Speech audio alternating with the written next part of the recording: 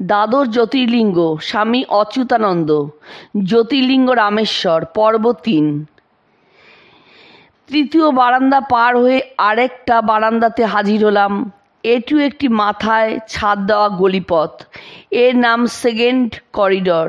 এটি হিরুমালাই সেতুপতির উদ্যোগে ১৬০০ শতাব্দীতে তৈরি হয়।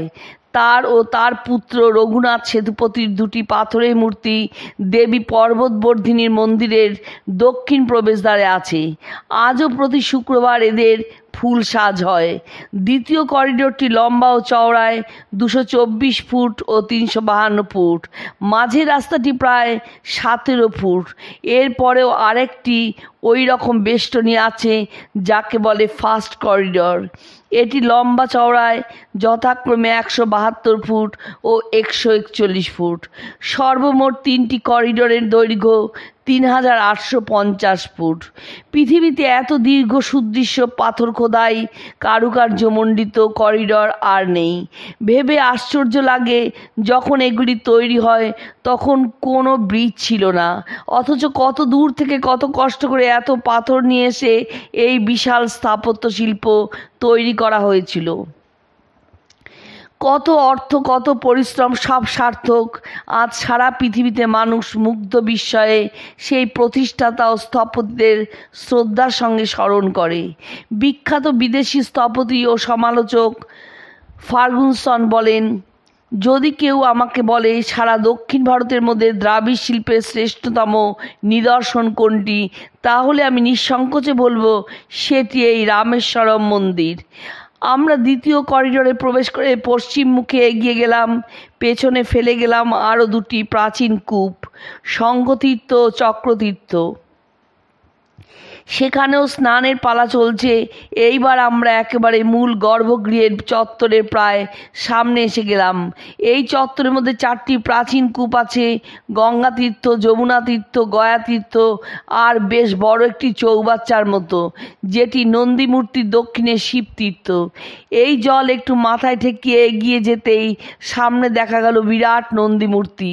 মহাদেবের প্রিয় বাহন ও সহচর এই বৃষভেশ্বরের মূর্তিটি চুন সুরকি দিয়ে তৈরি, 12 ফুট লম্বা, 9 ফুট উঁচু। তিনি পশ্চিম মুখে তার প্রিয় দেবতার দিকে মুখ তুলে হাঁটু মুড়ে বসে আছেন। সারা গায়ে নানা অলঙ্কার। তার পিছনেই অষ্টধাতুর বিরাট ধ্বজদণ্ড, ত্রিশূল, ডমরু বাঁধা। আর নন্দীর দুপাশে দুজন বিখ্যাত শিবভক্ত, বাঁধুরা রাজা বিশ্বনাথ নাইকার ও কৃষ্ণাপ্পা নাইকারের রঙিন মূর্তি করজোড়ে দণ্ডায়মান। এবার আমাদের শুধুই সামনে এগিয়ে যাওয়া। মূল মণ্ডপ বা মন্দিরের দিকে প্রথম করিডরের প্রবেশপথে। এটি একটি নাট মন্দিরের প্রবেশদ্বার। এই করিডরের মাপও আগে বলা হয়েছে। আয়তাকার একটি গলিপথের বেষ্টনী ঘেরা চত্বর। প্রবেশের মুখেই দুপাশে মহাগণপতি ও কার্তিকের মূর্তি। বিশেষ পূজার দিন এই মহাগণপতি মন্দিরের প্রথম বিশেষ পূজা হয়।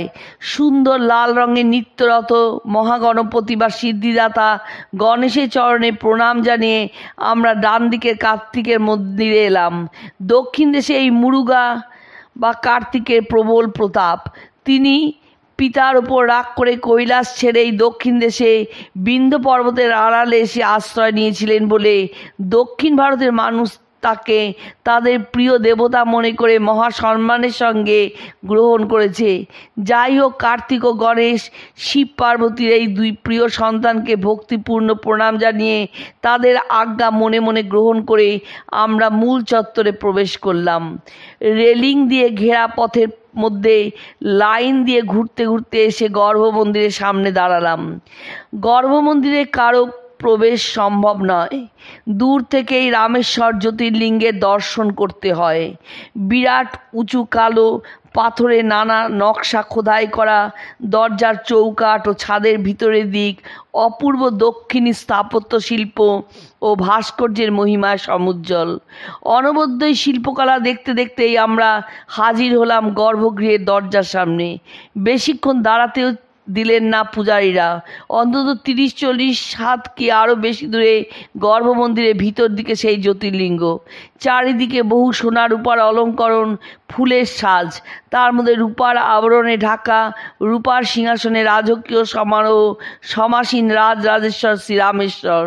এখানে তিনি শ্রীরামনাথ স্বামী, রামময় জীবিতা দেবী জানকীর স্বহস্তে নির্মিত সেই বালির লিঙ্গকে মনে মনে চিন্তা করে প্রণাম জানালাম। সুতাম্রপর্ণী জলরাশি যোগে নিবদ্ধ সেতুং বিশিখৈ অসংখ্যৈ শ্রীরামচন্দ্রেণ সমর্চিতং তম রামেশ্ব রাক্ষং নিয়তং নমামি। সঙ্গে গঙ্গাজল, বিল্লপত্র, একটি মালা ছিল। নিজ হাতে সেগুলি নিবেদন করার উপায় নেই, তাই সামনে দাঁড়িয়ে থাকা বিভূতিভূষিত পাণ্ডার হাতেই সেগুলি দিতে হলো। তিনি বলিলেন, ভগবানের শৃঙ্গারের সময় এগুলি অর্পিত হবে। দূর থেকে যেটুকু বোঝা যায় তাতে মনে হলো হাতখানে কুচু লিঙ্গমূর্তি, কিছু আবরণ দিয়ে ঢাকা। মাথায় রূপোর বিরাট ফণিছত্র, দুপাশে দক্ষিণী ঢঙের দীপাধারে প্রদীপ জ্বলছে, ফুলমালায় চারপাশ সাজানো। এই একমাত্র জ্যোতির্লিঙ্গ যেখানে নিজের হাতে স্পর্শ করতে পারলাম না। বেশিক্ষণ দাঁড়িয়ে ভালো করে দর্শন করাও গেল না। শুনলাম শেষ রাত্রে যখন মঙ্গল আরতি হয় তখন নাকি ওপরের আবরণ সরিয়ে পূজা ও অভিষেক হয়, তবে তখনও দূর থেকেই দর্শন হয়। কিন্তু আমরা তো একটু পরেই ফিরে যাব, তাই এই আবরণে আবৃত শ্রীরামেশ্বরকে দর্শনে পরিতৃপ্ত হয়েই ফিরতে হলো। ভিড়ের চাপে ও পাণ্ডার তাড়ায় সামনে থেকে সরে এলাম।